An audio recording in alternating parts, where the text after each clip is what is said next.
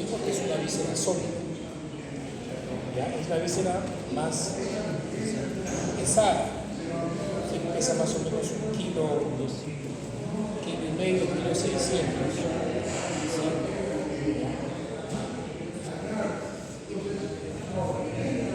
¿En dónde está ubicado el hígado?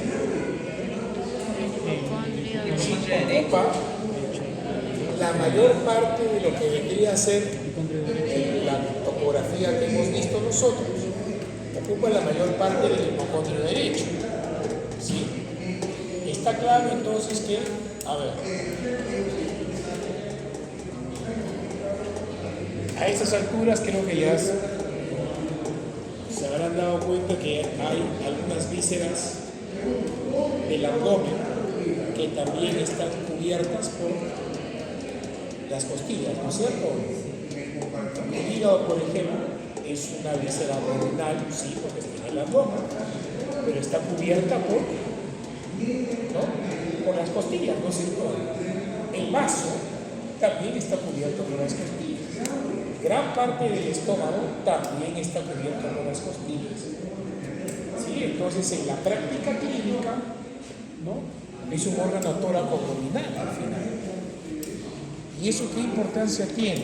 Si una persona tiene una herida por arma blanca, un cuchillo, ¿sí? Vamos a suponer a nivel del sexto espacio intercostal, línea axilar anterior, por ejemplo, sería más o menos algo, ¿sí? ¿Ok? Solamente sería una herida torácica nomás. O sea, solamente, digamos, interesaría el riñón, que diga el pulmón. No, ¿no es cierto? ¿Sí? ¿Ya? El hígado en expiración, ¿no? La proyección tomográfica es hasta el quinto espacio intercostal. O sea que el hígado está acá. ¿Sí? O sea que si uno tiene un golpe, digamos, en esta parte del tórax, o una herida por arma blanca en esta parte del tórax, no solamente se va a comprometer el pulmón, en este caso el pulmón derecho, ¿no? Sino también se puede comprometer el hígado, ¿no? ¿Sí? De hecho se compromete. Entonces es un hígado, el hígado es una víscera, entonces sería tóraco abdominal. De hecho, ¿sí? Ya tiene dos caras el hígado. ¿Cuáles son esas dos caras? Tiene una cara diafragmática, efectivamente, que es convexa porque tiene, ¿no? La forma del diafragma. El diafragma es un músculo, ¿sí? En forma de cúpula, digamos, ¿no? ¿Ya? Por lo tanto, ¿sí? Ahora como vamos a ver acá, luego que nosotros nos aquí, vamos a ver, ¿sí? Que la cara, ¿sí? Que vendría a ser, ¿sí? Antero superior, también es la cara diafragmática, tiene la forma del diafragma, es convexa, ¿sí? ¿Y la otra cara cuál es? Tiene una cara visceral, que también es póstero inferior. Se dice visceral porque está en contacto con una serie de vísceras, ¿no? Incluso varias de esas vísceras dejan una huella en esa cara visceral. ¿Sí? ¿Ya? ¿Ya? Entonces, el hígado, ¿sí? ¿Ya? Al final, entonces, podemos decir que es una víscera tóraco-abdominal. ¿Sí? ¿Ya? En la práctica clínica es una víscera tóraco-abdominal.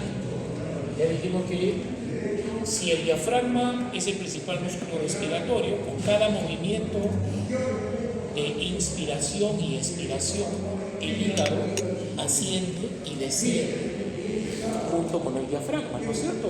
Yo creo que eso está claro. ¿Sí? Por medio de los ligamentos que vamos a ver luego, el hígado está, ¿sí? Como que unido, digamos, al diafragma, por intermedio del peritoneo, ¿no? ¿Sí? Entonces, cuando uno inspira, ¿qué pasa con el diafragma? ¿Asciende o desciende el diafragma? No, desciende. ¿Sí? Porque cuando uno inspira, aumenta la capacidad pulmonar. ¿Sí? Los pulmones se llenan de aire. Entonces el diafragma, tampoco es que baja así, no, obviamente, ¿no? O sea, ¿sí? Tampoco es ese movimiento, ¿no? ¿Sí? O sea, el diafragma baja y el hígado acompaña a ese movimiento. Y cuando uno inspira, ¿sí?, el diafragma, ¿sí?, sube un poco y el hígado acompaña ese movimiento. Por eso digamos, en reposo, prácticamente a nivel del quinto espacio intercostal, que es más o menos aquí. Quinto espacio intercostal, hablamos en la parte anterior, ¿no? También creo que está claro que el quinto espacio intercostal aquí no es igual que el quinto espacio intercostal acá, atrás, o es el mismo. ¿Es el mismo espacio? ¿Por qué no es el mismo espacio? ¿Cómo? ¿Cómo así?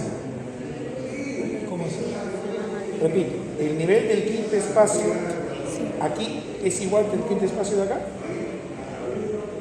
¿Es igual o no? ¿Sí o no? No, no es igual. ¿Y por qué no es igual? Las costillas son rectas. Las costillas no son rectas, ¿no es cierto? Las costillas no son así.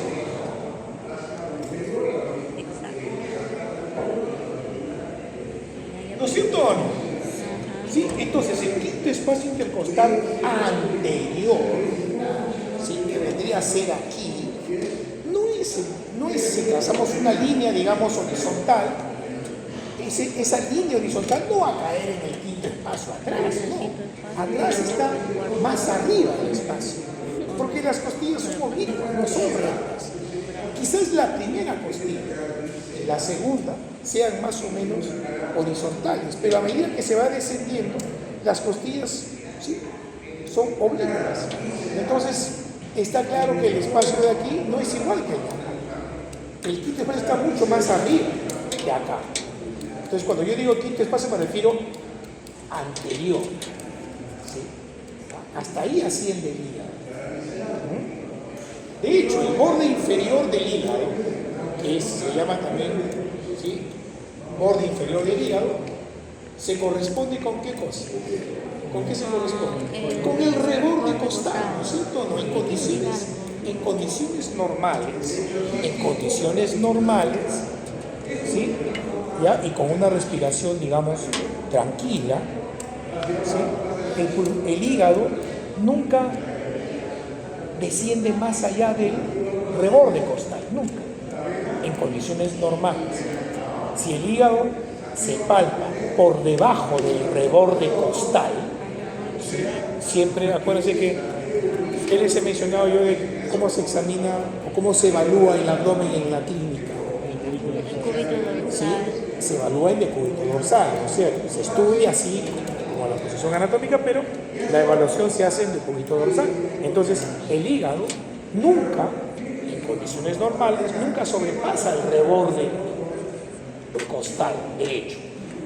Si sobrepasa, estaríamos hablando de qué cosa, que hay una hepatomegalia, o sea que está aumentado de tamaño el hígado. Eso puede ser por muchas causas. ¿Sí? ¿Ya?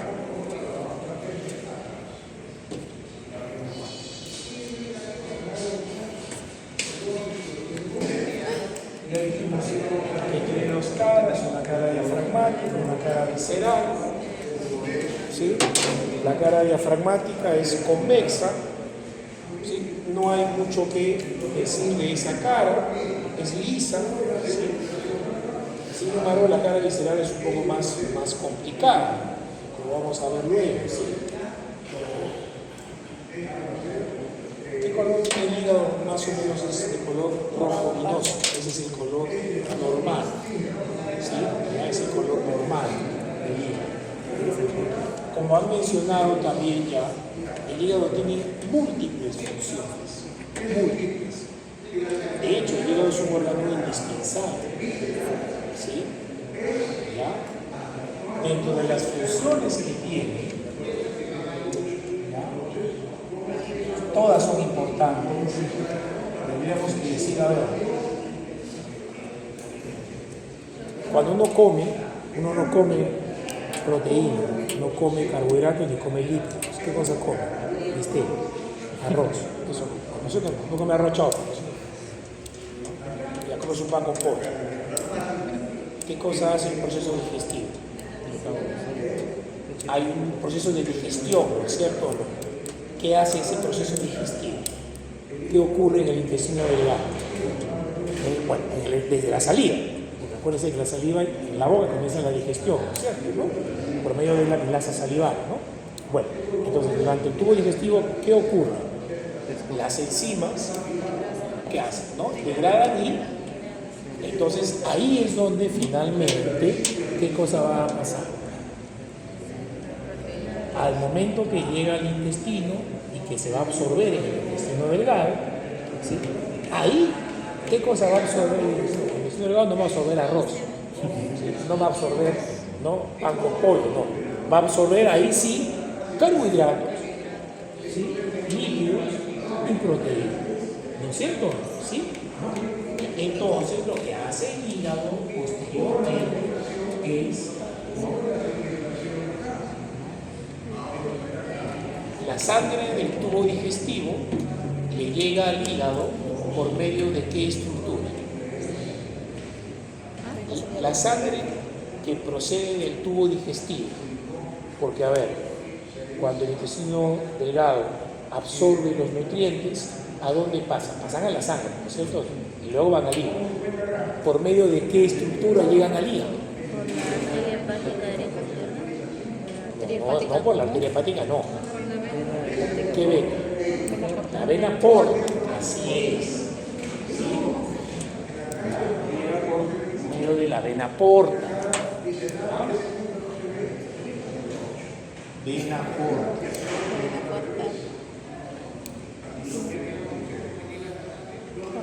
¿Cómo se forma la vena porta?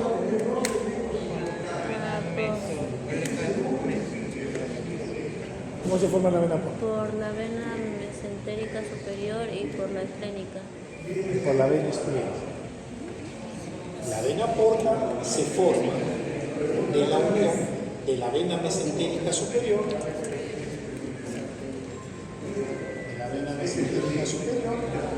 que se une con la vena esplénica. Esta unión ocurre aproximadamente detrás de la cabeza del páncreas, ¿sí? Y luego de formada la vena porta, ¿sí?, junto con la arteria hepática y junto con la vía biliar principal, que forman, ¿qué cosa? El pedículo hepático, que les han preguntado, ingresa por el hílido hepático. Luego vamos a ver la cara inferior del hígado, ¿sí? ¿Ya? Entonces, la vena porta, ¿qué sangre lleva? Lleva sangre venosa. ¿A dónde lleva? El tubo digestivo y de gran parte de las vísceras hacia el hígado. ¿Sí? ¿Qué cosa es un sistema porta? ¿Sabes qué cosa es un sistema venoso porta? Era cuando pasaba de capilar. ¿Sabes qué es un sistema? Eso sería, creo que te has escuchado, triada portal, eso es otra cosa. ¿Sabes qué es un sistema porta? ¿Tú sabes qué es un sistema porta?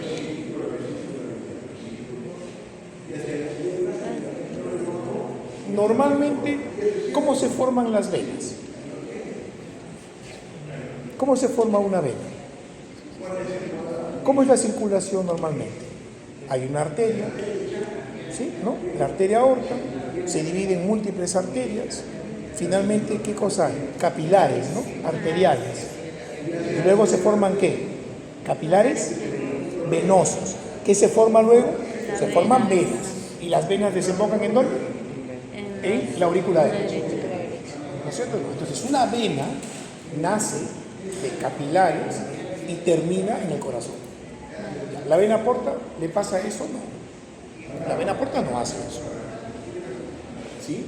Un sistema venoso portal es un sistema venoso que nace de capilares, ¿sí?, y termina en capilares. En este caso, los capilares sinusoides del hígado. Hay tres sistemas porta en el organismo: en la circulación de la tiroides y entre el hipotálamo y la hipófisis. Ahí también hay otro sistema porta. ¿Sí? ¿Ya? Entonces, un sistema venoso portal es una vena que nace de capilares, en este caso los capilares del tubo digestivo, y termina en los capilares del hígado, los capilares sinusoides. ¿Sí? ¿Ya? Bueno. Entonces, el hígado tiene que ver con el metabolismo de lípidos, proteínas y carbohidratos. ¿Qué más? Tiene que ver con el metabolismo de la urea. ¿Sí? Forma qué cosa? Factores de qué? Forma factores de coagulación. ¿Sí? Cuando uno toma medicamentos, cuando uno toma cualquier medicamento, paracetamol, dimethylbromurato, el Gravol, que deben haber tomado alguna vez, ¿sí? Y cualquier medicamento, ¿sí?, que ingresa al organismo, ese medicamento sufre un metabolismo para luego ser excretado. Son dos órganos fundamentalmente los que metabolizan los medicamentos. Eso van a estudiar luego en farmacología. ¿Cuáles son esos dos órganos? Uno es el hígado.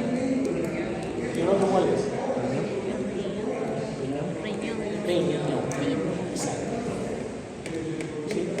Entonces el riñón también forma parte del metabolismo, ¿no?, de medicamentos. O sea, los medicamentos ingresan al organismo y luego tienen que ser, ¿no?, ¿cómo se llama?, eliminados, ¿sí?, luego de cumplir su efecto medicamentoso, ¿no es cierto? ¿Ya? Entonces, tiene que ver con, ¿no?, un metabolismo. En realidad viene a ser como, ¿no?, ¿cómo se llama?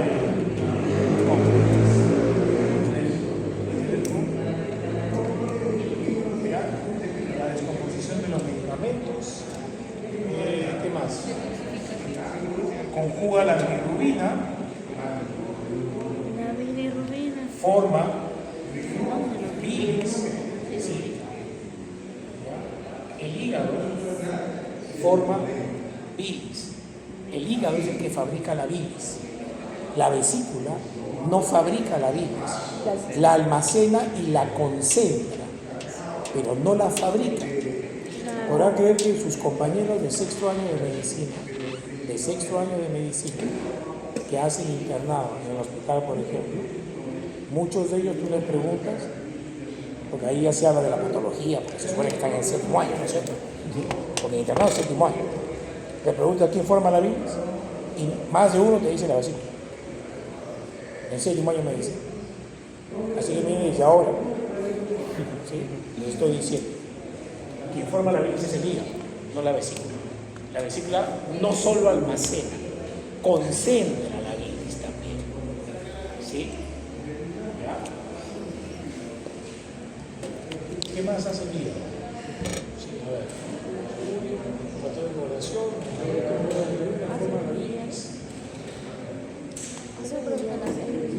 a ver, déjame acordar de alguno. No, ese día ya hablamos de los medicamentos. Metabolismo de sustancias. No, claro, el alcohol también, claro, sí, o sea, cuando uno toma, ¿sí?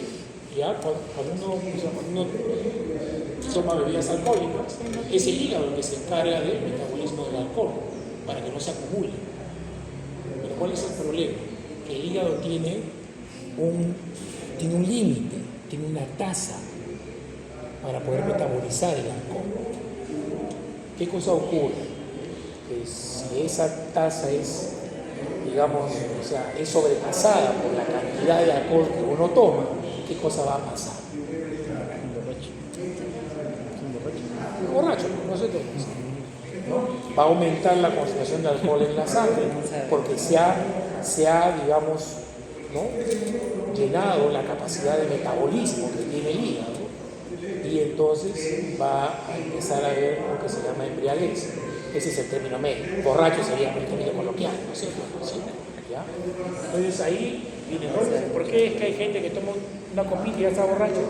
¿Y por qué hay gente que está 10 horas chupando y están, digamos, ¿no?, gatillo, ¿no es cierto?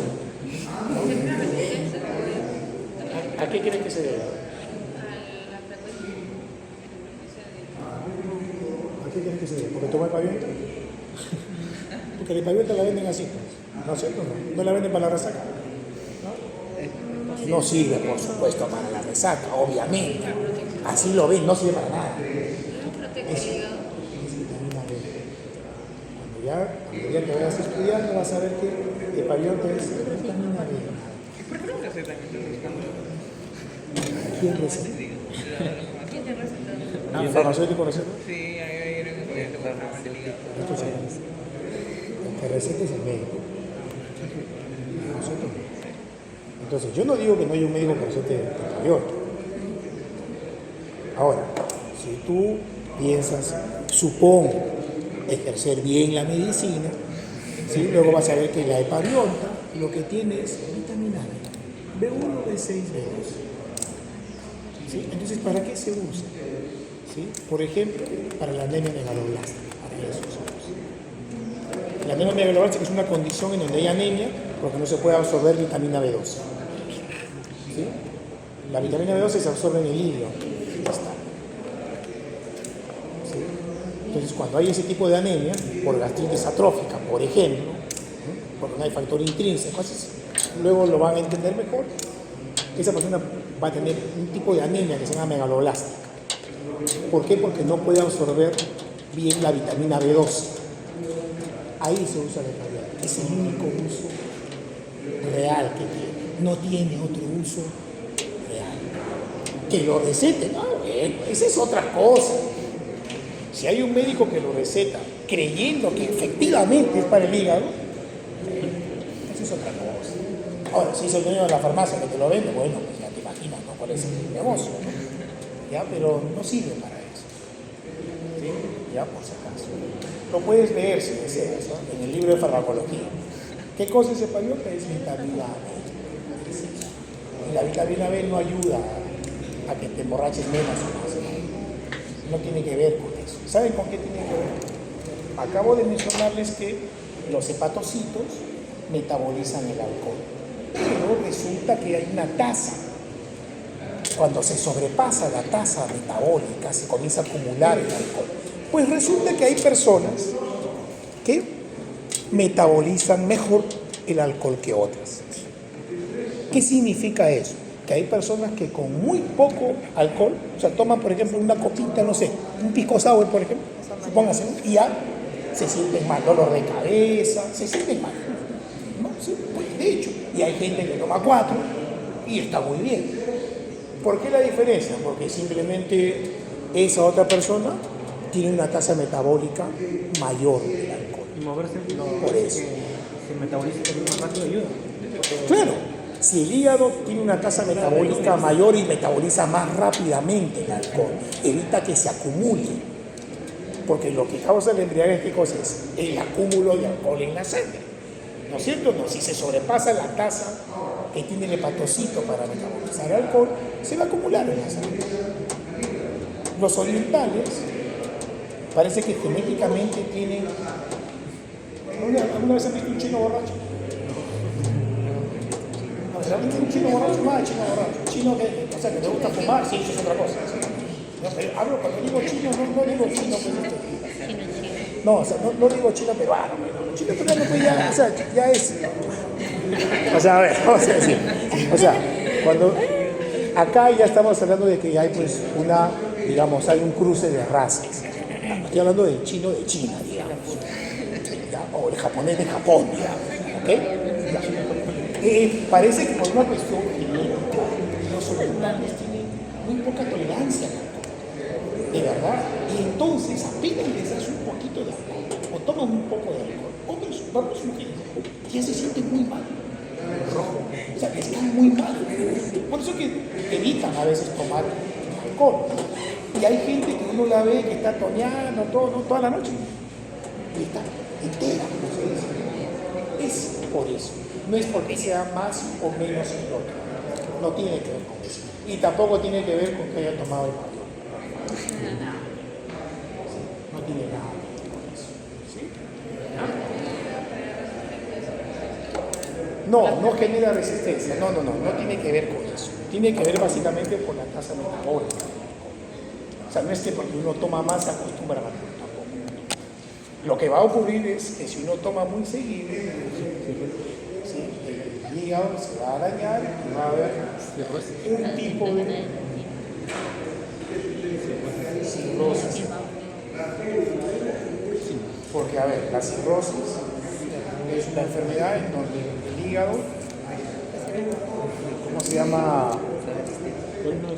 Comienza a llenarse de tejido conectivo, de cicatrices, y ¿no? Los hepatocitos desaparecen. ¿Sí? O sea, el hígado finalmente termina haciéndose, ¿no? Chiquito, atrófico, y no funciona. Y al final lleva a la muerte. ¿Ok? ¿Sí? ¿Ya? Una de las causas, porque hay otras causas por si acaso, una de las causas es la ingesta crónica de alcohol. ¿Sí? Pero no es la única, no es la única. Hay otras causas también. Entre ellas, la infección por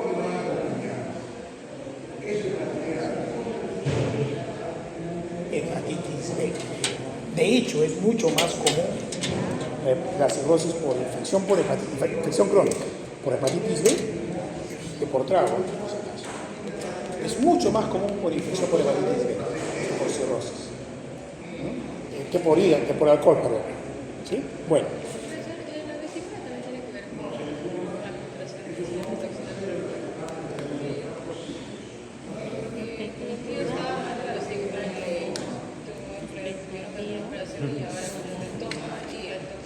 No, pero no tiene que ver con eso, ¿no? Porque el hígado sigue produciendo bienes. No, pero no tiene que ver con eso. El hígado sigue produciendo bienes. O sea, la vesícula se puede sacar, cuando hay cálculos generalmente es lo más común, y simplemente lo que hay que hacer es, ¿qué cosa es lo que va a pasar si ya no hay vesícula? Dijimos que la vesícula lo que hace es almacena y concentra la bilis. Entonces, al no haber vesícula, ¿qué va a pasar? El hígado va a tener que fabricar bilis bajo un patrón diferente. Porque, a ver, si anteriormente había un reservorio de bilis, significaba que, ¿para qué cosa sirve la bilis? ¿Para qué sirve la bilis? ¿Para qué cosa? Así es. Hace, para decirlo de manera un poco más fácil, ¿sí? Lo que hace la bilis es, ¿no? Hace que sea más fácil metabolizar los lípidos, la grasa. ¿Sí? El término médico es emulsificar la grasa. ¿Sí? Hace que sea más digerible. ¿Ok? ¿Ya? Bueno, entonces, si a una persona le sacan la vesícula biliar, tiene que hacer durante un tiempo, unas 4 o 6 semanas, tiene que hacer una dieta. ¿Por qué? Porque el hígado tiene que acostumbrarse a segregar bilis de manera continua. Antes no hacía de manera continua porque había un reservorio. Digamos que como que había una reserva de que si uno comía una comida con mucha grasa, la vesícula se mueve, sale la bilis al intestino, etc. Pero como ahora ya no hay vesícula, ¿no? Entonces lo que hace el hígado ahora es, o lo que va a tener que hacer es fabricar bilis de una manera más constante. Eso el hígado lo puede hacer, pero no lo hace de un día para otro. ¿Sí? Eso le va a llevar un tiempo. Entonces, para evitar que no se digiera bien la grasa, porque eso ¿qué cosa va a ocasionar? Sensación de llenura, náuseas, ¿no? Valoramiento, eso va a ocasionar el acúmulo, si no se metaboliza bien las grasas. Puede haber vómitos, ¿no? ¿Ya? Por eso se recomienda hacer dieta, una dieta blanda, ¿no? Así que no tiene que ver con eso. O sea, el hígado sigue fabricando bilis, simplemente que va a fabricar bilis de una manera diferente, pero sigue fabricando bilis. ¿Ya? Sí es cierto que con la bilis se pueden eliminar medicamentos, sí, claro. Sí. Pero, repito, el hígado sigue fabricando bilis, aunque no haya vesícula. ¿Ya? ¿Cómo?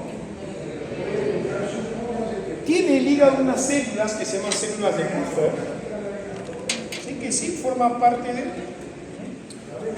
del sistema inmunológico. Sí, hay unas células que son las células de Kupffer, ¿no? Bueno, entonces,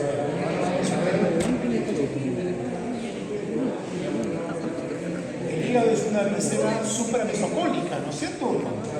¿Sí? ¿Ya? El hígado es una víscera supramesocólica. ¿Ya?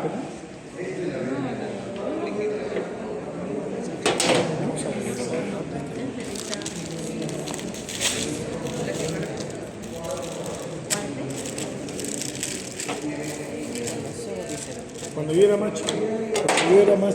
chiquito, ya, a ver. Ya.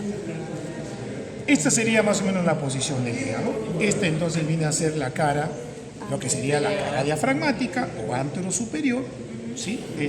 Este es el, ¿no?, borde inferior del hígado, que ya dijimos que se corresponde con el reborde costal, en este caso derecho, ¿sí? Ya. Esta es la cara, ¿sí?, posterior inferior, o también llamada visceral, ¿no es cierto? ¿Sí? ¿Ya? Visceral porque, como sabemos, toma contacto pues con las vísceras, ¿no? ¿Sí? ¿Ya?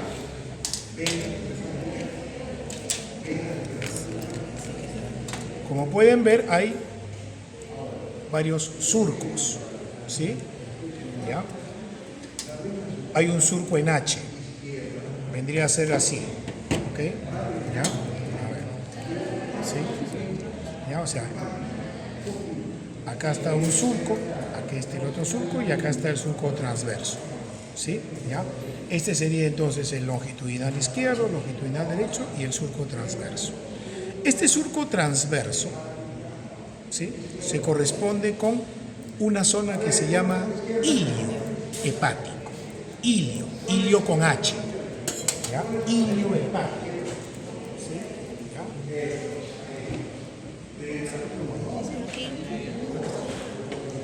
Ilio hepático, sí.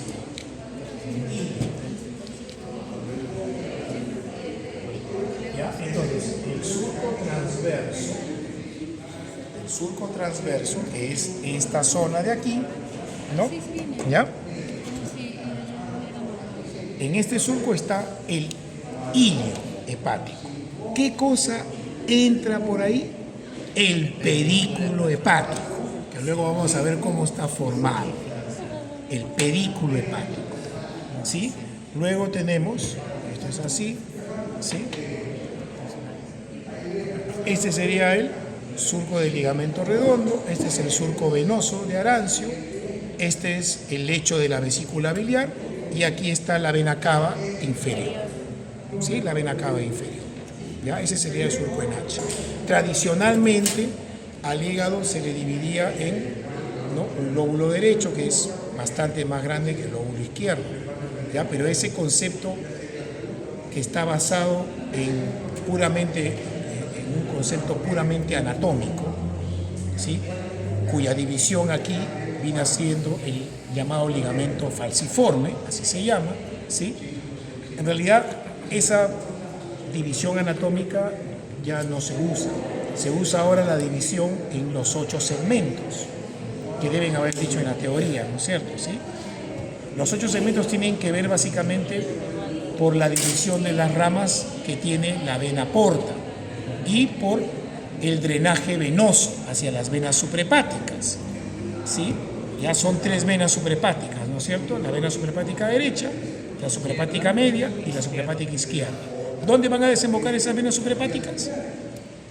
¿Dónde desembocan las 3 venas suprahepáticas? En la vena cava inferior. En la vena porta no, en la vena cava. Ese es el principal elemento de fijación del hígado. Hay otros dos, que son los ligamentos del peritoneo, el falciforme, los triangulares y los coronarios. Y los otros son el epiplon menor, ¿sí? ¿Ya? Pero el elemento de fijación más importante, cuando se dice elemento de fijación, se refiere al elemento que mantiene al hígado en su posición. ¿Cuál es su posición?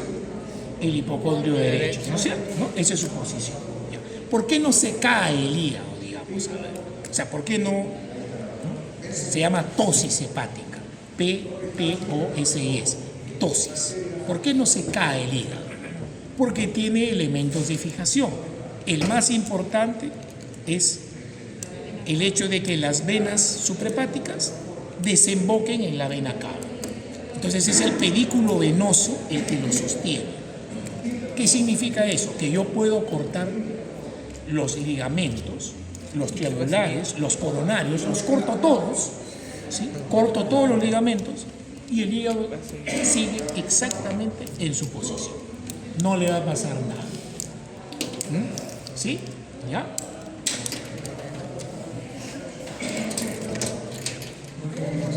Ligamento venoso era, ¿no? Surco. No, no. Lo que lo mantiene es un pedículo venoso formado por las 3 venas suprahepáticas que desembocan en la vena cava inferior y que lo mantienen al hígado en esta posición, porque la vena cava inferior está acá atrás, por si acaso. ¿Sí? La vena cava inferior está atrás. ¿Ya?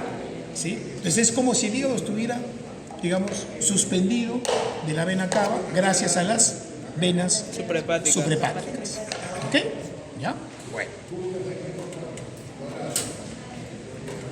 La vena porta, que ya dijimos cómo se forma, es la que lleva la sangre venosa portal al hígado.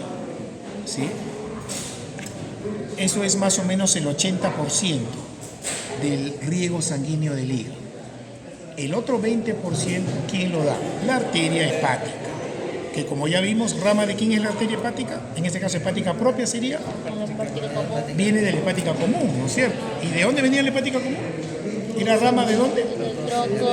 Era una rama del tronco celíaco, exactamente. Era una rama del tronco celíaco, ¿no? Que luego de dar una rama que se llama arteria gastroduodenal, ¿no? A ver, la arteria hepática común tiene una dirección inferior y un poco hacia la derecha.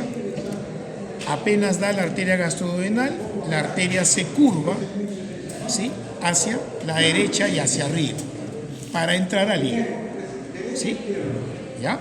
Entonces, la arteria hepática le da más o menos el 20% y la vena porta le da el 80% de la irrigación al hígado. ¿Ya? La división de la vena porta dentro del hígado, que es una división constante, ¿sí? O sea, es una división que está en prácticamente todas las personas y es muy similar en todas las personas, ¿sí? Eso es lo que hace que uno pueda dividir al hígado en los 8 segmentos, ¿sí? ¿Ya? Los 8 segmentos son, en este caso, la división, o sea, vamos a hacer mejor un dibujo, y luego lo mostramos acá. Dijimos que la división clásica era con el ligamento falciforme, ¿ok? Con esa división, el ligamento falciforme está más o menos acá. Con esa división, resulta que el lóbulo derecho es bastante más grande que el izquierdo, ¿no es cierto? ¿Sí? Ya. Esa es una división anatómica antigua. Actualmente ya se usa, ¿no?, ya la segmentación hepática, que implica 8 segmentos. ¿Ya? Si dibujamos al hígado, digamos, esto anteriormente, o sea, veríamos la cara diafragmática, digamos, ¿sí? Sería más o menos así, ¿no? Más o menos así sería, ¿no? ¿Sí? El ligamento falciforme estaría más o menos acá, ¿no? No, el redondo, claro, el ligamento redondo que tiene la vena, lo que era la vena umbilical, ¿sí?, cuando entra al hígado, el peritoneo que envuelve a ese ligamento, ¿no?, se va hacia la parte superior y forma un ligamento que se llama falciforme. Ese ligamento falciforme continúa y luego más atrás se abre el ligamento coronario, se llama, ¿sí? ¿Ya? Así es. Entonces, al ligamento redondo, el ligamento redondo se continúa con el ligamento falciforme, ¿sí? ¿Ya? Bueno, entonces, en el caso de la división en los 8 segmentos, las venas suprahepáticas están en esta dirección.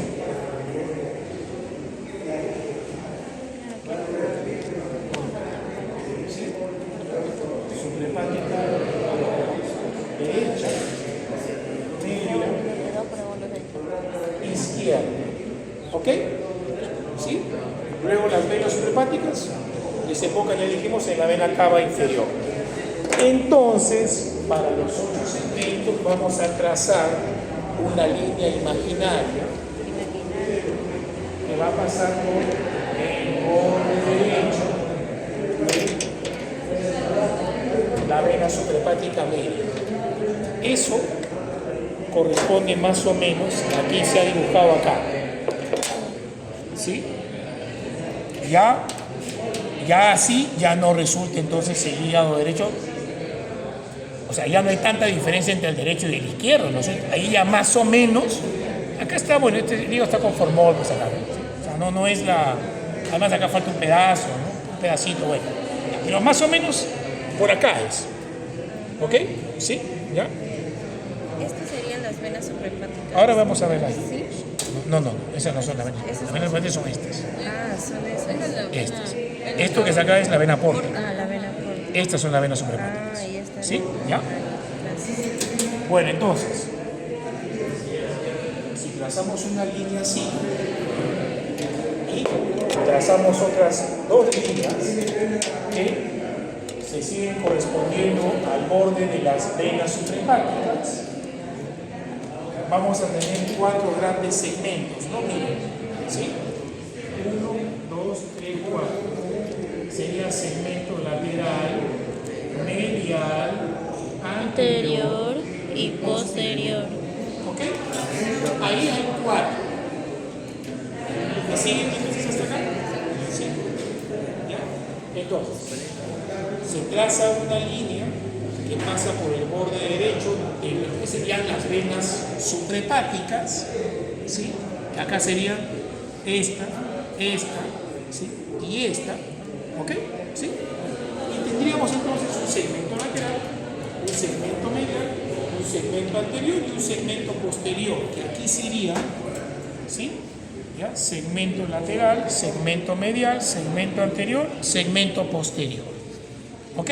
¿Sí? ¿Ya? Bueno. Luego de eso, la vena porta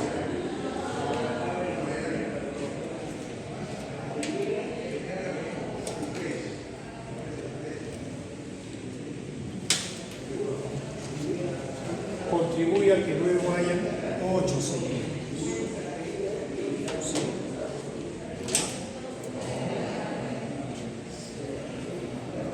En una vista anterior, los segmentos se enumeran como si fuesen, o sea, en sentido horario. El segmento 1 solamente se ve En la cara posterior en o la cara posterior inferior, no se ve en la vista de la cara anterior superior, que sería esta. Así que si seguimos sería 2, segmento 2, 3, segmento 3, 4, 5, segmento 6 6, y 8. nada más, el 8 no se ve en esta. Perdón. No, sí, en el posterior no se ve el 8. No se ve en la cara Posterior. No se ve en la cara posterior. Y sería entonces así. La vesícula estaría acá. El fondo de la vesícula.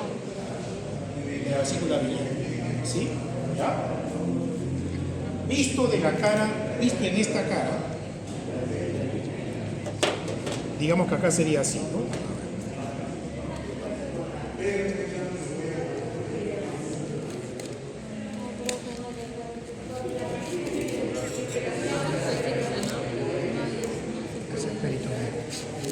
No tiene vesícula acá. Aquí tampoco está la vesícula. Ahí estaba. El lunes que fuimos ahí, ¿se acuerdan? Ahí sí había, ahí incluso se ve el pedículo hepático ahí.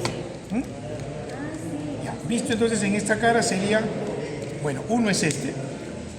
¿Ok? Este es el segmento 1. Sería 2, 3, ¿sí? ¿Ya? 4, 5, ¿no? 5, 6, 7, ¿no? Bueno, 7, 8. Visto aquí, visto acá, cuando se ve acá, ¿ya? Sería 1, sería 2, 3, ¿no? 4, 5, 6 y 7. ¿Sí? ¿Cómo? No. No. A ver. No, este es 1, tiene razón.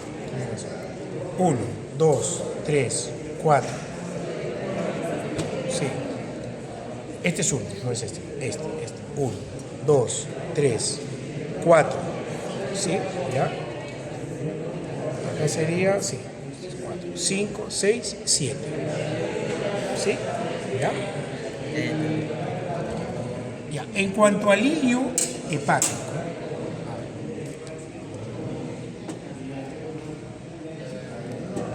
esto es así. Esto sería así. A ver, si me ayudan, agarren acá, por favor. Esto sería así. Agarra ahí, agarra acá también. Ya. Así. Entonces, esta sería nuestra vena cava inferior y estas serían nuestras venas suprahepáticas. Derecha, media, izquierda. ¿Sí? ¿Ya? Entonces, esta es la vena cava inferior, todo esto que está acá. ¿Sí? Vena cava inferior. ¿Ya? Vena suprahepática derecha, suprahepática media, suprahepática izquierda. ¿Sí? Ya, a ver. Esto que está acá es la vena porta. Esta es la vena porta, esta es la arteria hepática. ¿Ya? La disposición de la vena porta adentro del hígado y el desagüe venoso, ¿sí? Que va a formar luego las venas suprahepáticas, ¿sí? Implica que cada uno de estos segmentos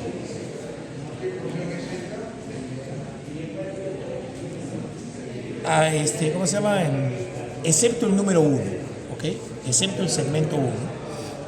El 2, el 3, el 4, 5, 6, el 7 y el 8 son segmentos que cada uno tiene una rama de arteria hepática, cada uno recibe una rama de vena porta, cada uno de ellos, ¿sí?, desagua mediante una vena, ¿no?, hepática hacia una de las venas suprahepáticas y tiene además cada uno de ellos un canalículo biliar.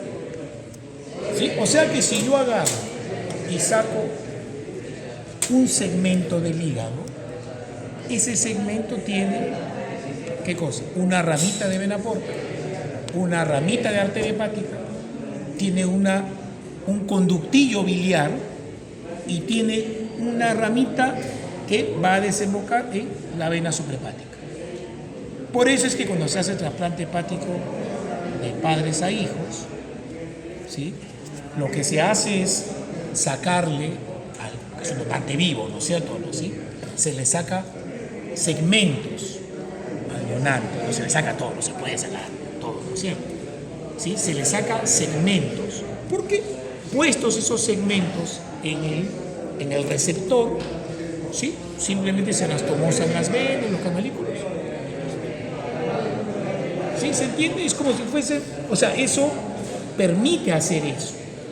¿Sí? Por eso se permite el trasplante hepático, porque cada uno de los segmentos es como que independiente, digamos. O sea, si yo saco estos dos segmentos, el 2 y el 3, el resto funciona sin ningún problema. Yo puedo sacar, no sé, a ver, saco por ejemplo, supónganse, el 5 y el 6, ¿ya? De hecho, se hace cuando se hace tratamiento de cáncer, por ejemplo, ¿no? ¿Sí? Y el resto del hígado funciona. El hígado tiene una reserva funcional enorme. Puede estar destruido el 80% y el hígado funciona bien.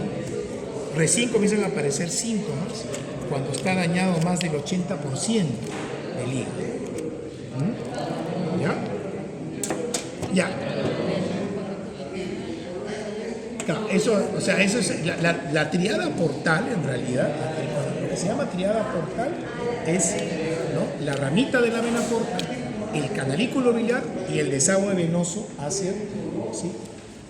Acá estamos adicionando la ramita de la arteria hepática, el desagüe venoso hacia una de las venas suprahepáticas. ¿Sí? ¿Ya?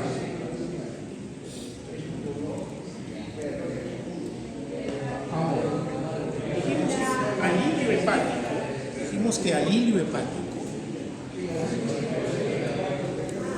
en el hilio, que por el hilio, ¿qué cosa entraba? entraba una estructura que se llama pedículo hepático. El pedículo hepático está en el borde libre del epíclon menor. ¿Sí? ¿Ya? O sea, el epíclon menor es el epíclon que une la curvatura menor del estómago con el hígado.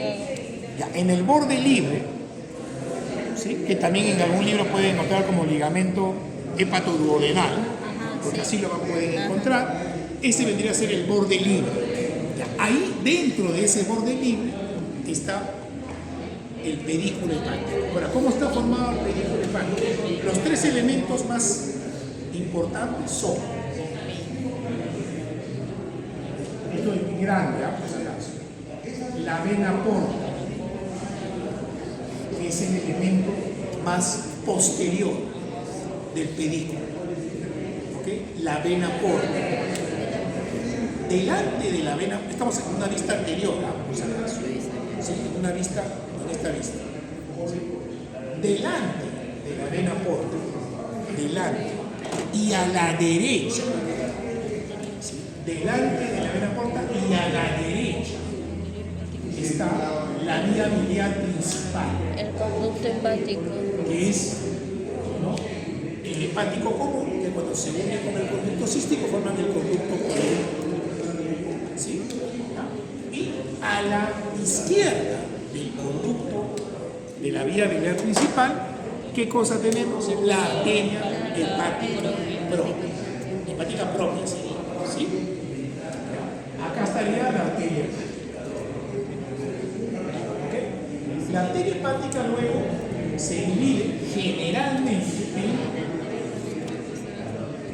en una rama derecha y una rama izquierda. Igual que la vena porta, que inicialmente se divide en una rama derecha y una rama izquierda. ¿Sí? Detrás de esto, ¿qué cosa hay? La vena cava inferior. Además, ¿qué hay?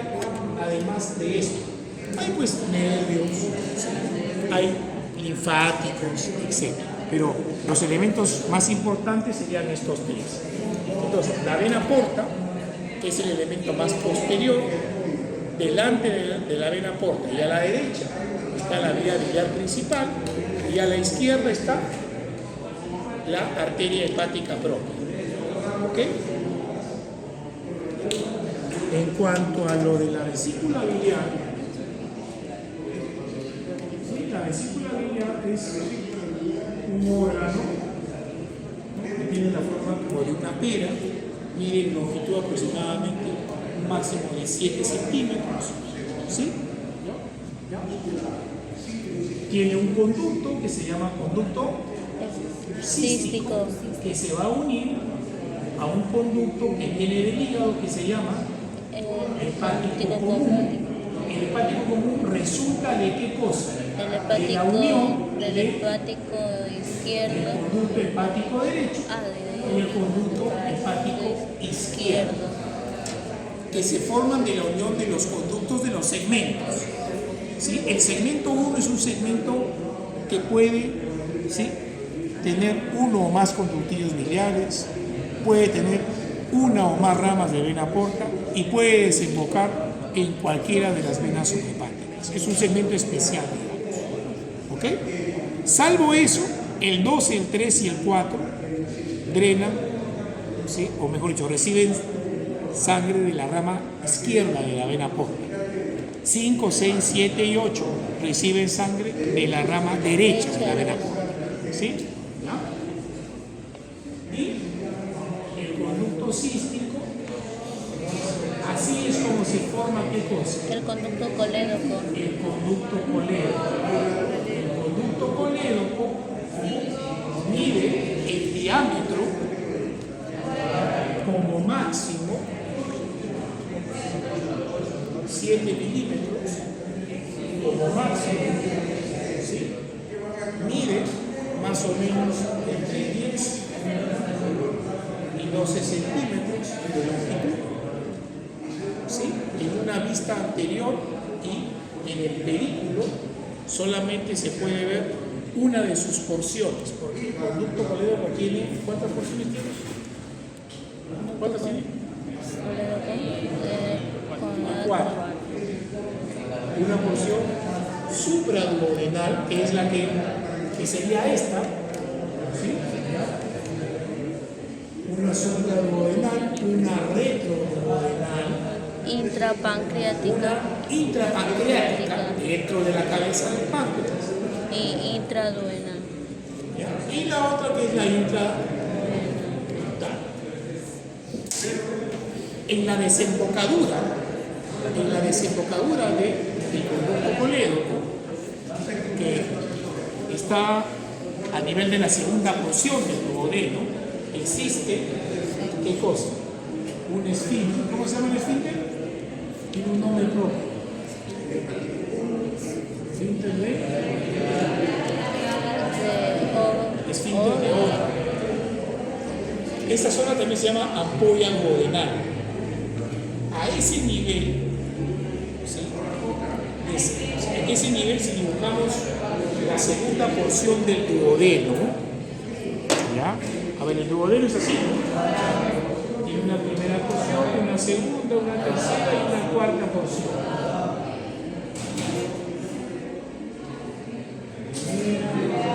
Segunda, tercera, cuarta porción del duodeno.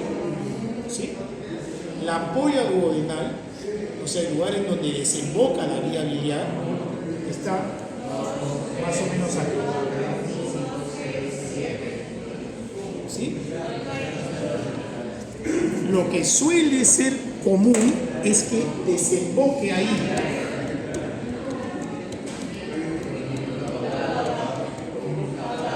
El conducto colédoco, y también ¿qué cosa desemboque ahí?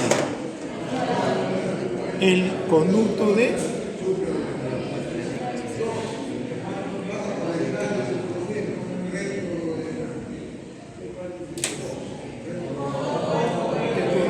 Virso. Ya, el conducto de Virso es el conducto de desembocadura del páncreas. Es el conducto pancreático principal, porque tiene un accesorio que se llama Santorini, pero no interesa eso. ¿Sí? El interés es principal. Los dos desembocan, ¿sí?, en la ampolla duodenal, que está a nivel de la segunda porción del duodeno. ¿Sí? Ahí en esa desembocadura hay un esfínter. ¿Sí? ¿Qué cosa es un esfínter? Una estructura de tejido muscular circular que hace las veces de válvula, ¿no es cierto? Que abre y se cierra dependiendo del control del sistema nervioso, porque está control del sistema nervioso autónomo. ¿Sí? ¿Ya? ¿Hasta ahí se entendió? ¿Sí? ¿Ya? Entonces, la bilis la produce el hígado, ¿no es cierto? ¿Sí? Eso tiene que quedar, por favor, claro. ¿Ya? La bilis la produce el hígado. ¿Sí? Acá se almacena y se concentra la bilis. O sea que la concentración de la bilis depende de que la vesícula se mueva de una manera determinada, ¿no es cierto? Para poder concentrar la bilis. ¿Sí? Pero ¿qué cosa ocurre cuando hay una bilis que tiene mucho colesterol? ¿Sí? Porque la bilis tiene, entre otras cosas, ácidos biliares, bilirrubina y también tiene colesterol. Pero por muchas circunstancias, a veces la bilis tiene mucho colesterol. ¿Sí? Y a veces ocurre que la vesícula biliar no se mueve de manera adecuada. ¿Sí? Hay anomalías en el movimiento de la vesícula. No se mueve de manera adecuada. ¿Qué cosa pasa cuando hay la conjunción de las dos cosas? ¿Qué va a pasar? Que la vesícula no va a poder concentrar de manera adecuada la bilis. Y vamos a hacer una analogía. Si yo acá pongo agua con tierra, ¿sí? Supóngase que yo pongo agua, o mejor con agua con arena, supóngase. ¿Ya? ¿Qué cosa pasa si yo no hago nada? Lo dejo ahí. ¿Qué va a pasar con la arena? se va a asentar, ¿no es cierto? Pero si yo estoy constantemente haciendo esto, no se va a asentar, ¿no es cierto? ¿Sí? Entonces, si yo tengo una vesícula, el colesterol es el barro o la arena, o sea, hay mucho colesterol y la vesícula no se mueve de manera adecuada, ¿qué cosa va a pasar? Que se va a acumular. Primero, ¿qué cosa se va a acumular? Barro, ¿no es cierto? ¿Y qué cosa va a pasar luego de ese barro? ¿Qué cosa se va a formar? Una media. Como se podrán imaginar, eso no se forma de un día para otro. Eso se forma en años. ¿Sí? Entonces, así es como se forman los cálculos de la vesícula biliar. ¿Sí? Una bilis sobresaturada de colesterol, sumado a una vesícula que no se mueve de manera adecuada, que no concentra bien la bilis, eso entonces favorece a la formación de cálculos. Ahora, hay una serie de, a veces, condiciones fisiológicas que pueden hacer que eso ocurra. Por ejemplo, el embarazo. El embarazo es una condición en la que está asociada a una mayor prevalencia de cálculos biliares. Por lo demás, ¿quién es el paciente característico de cálculos biliares? Una mujer gordita. Esa es la típica paciente, porque es mucho más común en las mujeres. Sí, no es que no haya hombres, yo soy operado de la vesícula también, pero es más común en las mujeres. Segundo, ¿en quiénes es más común? En mujeres gorditas. Casi siempre, yo creo que si ponemos 10 mujeres con cálculos, ¿no?, que tienen diagnóstico de cálculos, de las 10, 8 son gorditas. Gorditas, sí. Esa es la típica paciente, digamos, con cálculos en la vesícula. ¿Ya? ¿Qué cosa ocurre cuando hay cálculos en la vesícula y esa persona tiene síntomas? Se tiene que operar. Se tiene que operar. No hay otra solución. Una persona que tiene cálculos, tiene piedritas y tiene síntomas. ¿Cuáles son esos síntomas? Dolor en el epigastrio, náuseas, vómitos, dolor que se irradia al hipocondrio derecho, se puede irradiar al hombro derecho. Generalmente el dolor aparece cuando uno come comida rica en grasas. Entonces, esos son síntomas. Entonces, si una persona tiene cálculos y tiene síntomas, se tiene que operar. No hay otra solución. ¿Okay? Nada de que pastillas para disolver los cálculos, que piedritas, tonterías.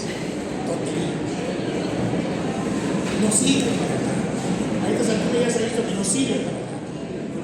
Tampoco sirve, como a veces mucha gente piensa, ¿no?, que si son chiquitos, no, yo tengo que ver, pero son chiquitos. Lo voy a operar cuando crezca. Tontería. Es más, cuando son chiquitos es más peligroso. ¿Y por qué es más peligroso? Ahora les voy a explicar por qué es más peligroso cuando son chiquitos. Porque cuando son chiquitos,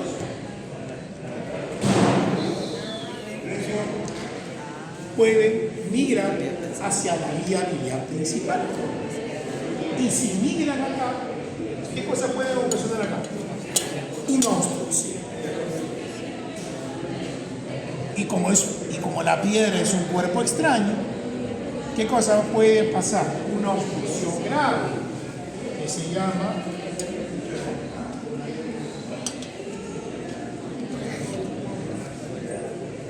colangitis. También puede ocasionar eso, también puede ocasionar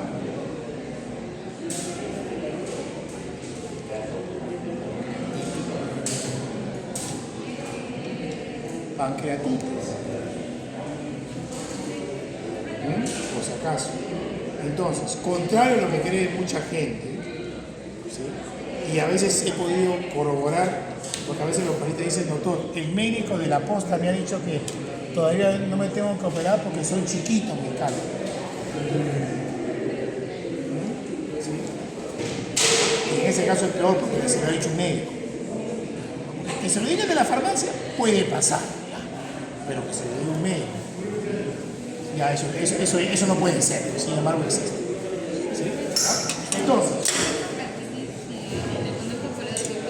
¿qué pasaba acá? No. La piedrita se puede quedar acá. ¿Sí o no? ¿No se puede quedar en la piedrita? Sí. ¿Y qué cosa pasa acá? Ahí hay que recordar un poquito la fisiología. Las enzimas pancreáticas, porque el hígado, el páncreas tiene dos funciones. Una función exocrina, que es la de segregar enzimas para la digestión, y la otra función es ¿cuál es?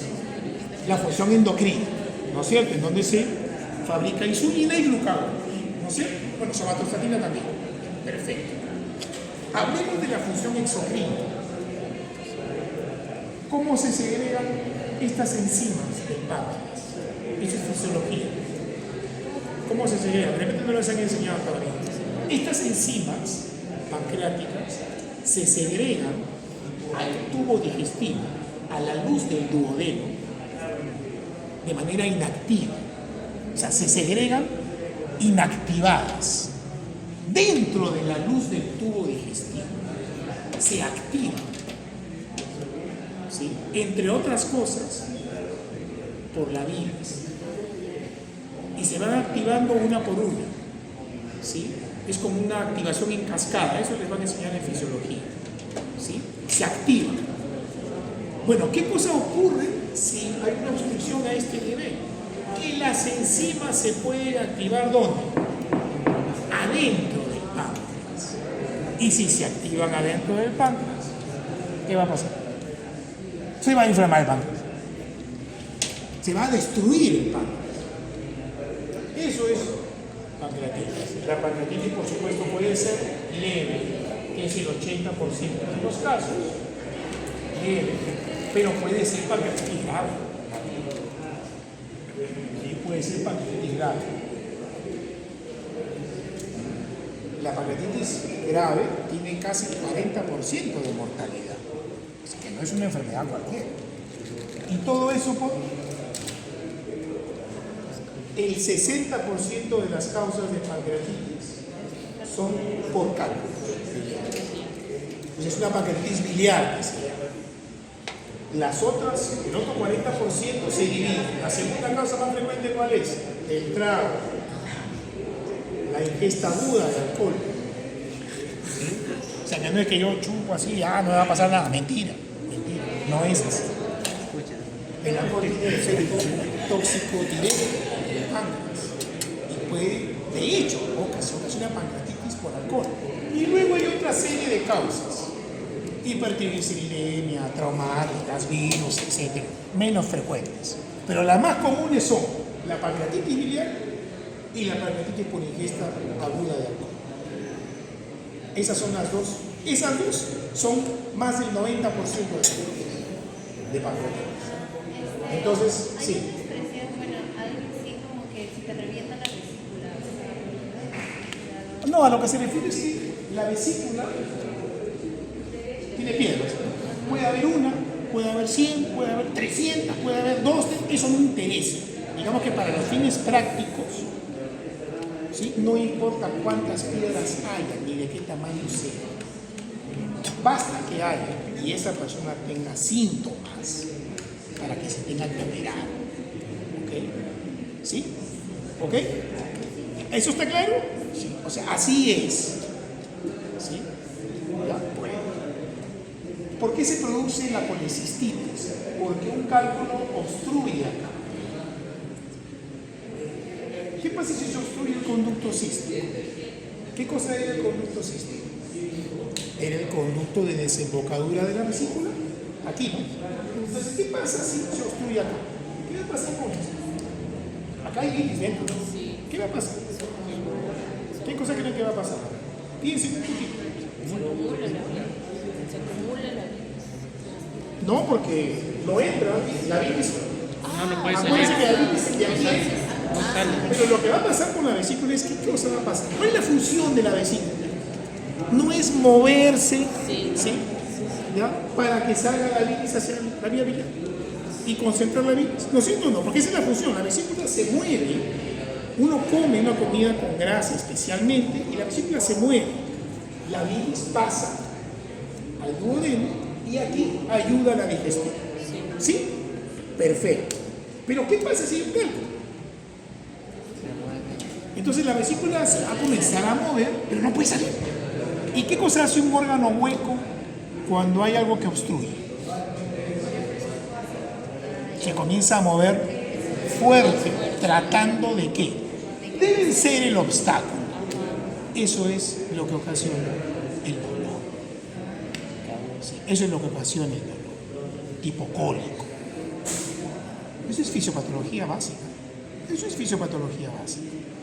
Va a ver cómo, sabiendo bien anatomía y sabiendo bien fisiología, ambas cosas, luego no es muy difícil interpretar lo que ocurre, ¿sí?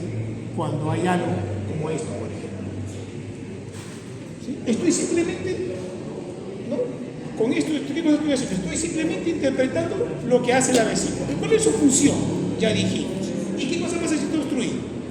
Lo que va a tratar de hacer es, se va a seguir moviendo tratando de vencer el obstáculo. Dependiendo de si es una piedra grande, no va a poder vencer el obstáculo. Va a haber mucho dolor. ¿Qué cosa va a hacer la persona? Se va al hospital, si tiene plata se va a la clínica, no sé cómo. No. ¿Qué cosa le van a poner en la clínica o en el hospital? En la clínica probablemente lo operen porque hay otros incentivos, ¿no sé?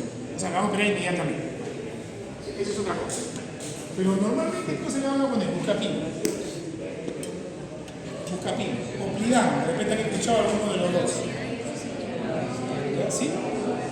Ambos, independientemente de eso, ya es farmacología. Pero independientemente de eso, los dos, sea la buscapina o el Plidam, cualquiera de los dos, ¿qué cosas son?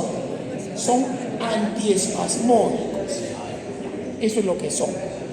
Son antiespasmódicos. O sea, ¿qué cosa es lo que va a hacer esa inyección de buscapina? De lo que la vesícula que se movía así, ya no se va a mover. Porque es antiespasmódico. Esos dolores, ese movimiento brusco se llama espasmo. ¿Qué cosa es la buscapina? Antiespasmódico. Entonces la vesícula se va a dejar de mover y en la mayoría de los casos el cálculo que estaba obstruyendo va a dejar de obstruir. ¿Qué va a pasar entonces con la persona? Le va a calmar el dolor, ¿cierto? Le va a calmar el dolor. Pero ¿qué cosa pasa si le pone buscapina y no le calma el dolor? ¿Por qué no le calma? Porque sigue estando ahí obstruido, ¿no sé?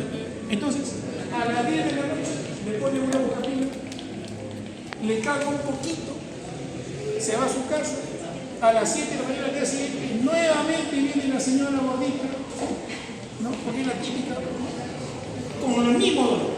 Le vuelven a poner la inyección, la mandan a su casa y a las 8 de la noche, a pesar de que ha hecho dieta, no ha comido nada, todo igualito, regresa a las 8 con el mismo dolor, igualito.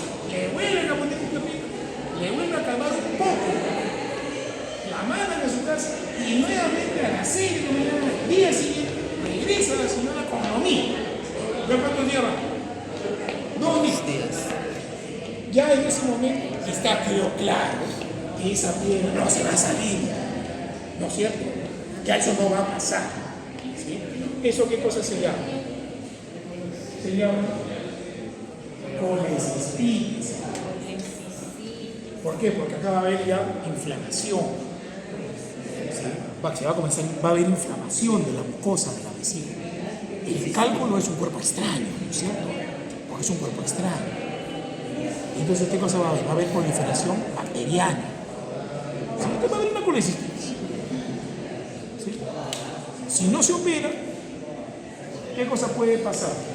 Que la vesícula, no es que se puede perforar, es cierto. Las paredes de la vesícula pueden llegar a estar tan inflamadas que se necrosan, ¿sí? O sea, se quedan sin riego sanguíneo y se perfora la vesícula. ¿Sí? Se perfora, se rompe la vesícula. ¿Sí? ¿sí? Entonces se puede hacer lo más grave que se podría hacer sería una peritonitis biliar, y sería algo grave, ¿no? ¿Ya? Esto se puede hacer, una peritonitis biliar. ¿Por qué se espera tanto tiempo? Esto es muy largo de explicar. Es demasiado largo de explicar. Pero la mayoría de los pacientes, porque a ver, que le pongamos antiespasmódico y que el dolor cambie, eso es lo que ocurre en la mayoría de los casos. ¿Ah? Digamos que de cada 10 pacientes, en 8 calma el dolor. Lo que corresponde es que esa persona tiene que ir a la consulta, sacar sus exámenes prequirúrgicos y operarse de manera electiva. O sea, se hospitaliza un día antes, o una mañana y se opera en la tarde, digamos. Eso es lo ideal. ¿Sí? Pero mucha gente, pues, por muchos motivos, no hace eso. Y ya se complica, viene por emergencia. Y por una combinación de que no hay turno quirúrgico, que hay muchas emergencias, etcétera, etcétera, etcétera, a veces pasan horas y horas, a veces días, es cierto, a veces días. Y está un día, 2 días, 3 días, está que va bien, va bien, va bien. ¿Sí? ¿Ya? ¿Alguna pregunta?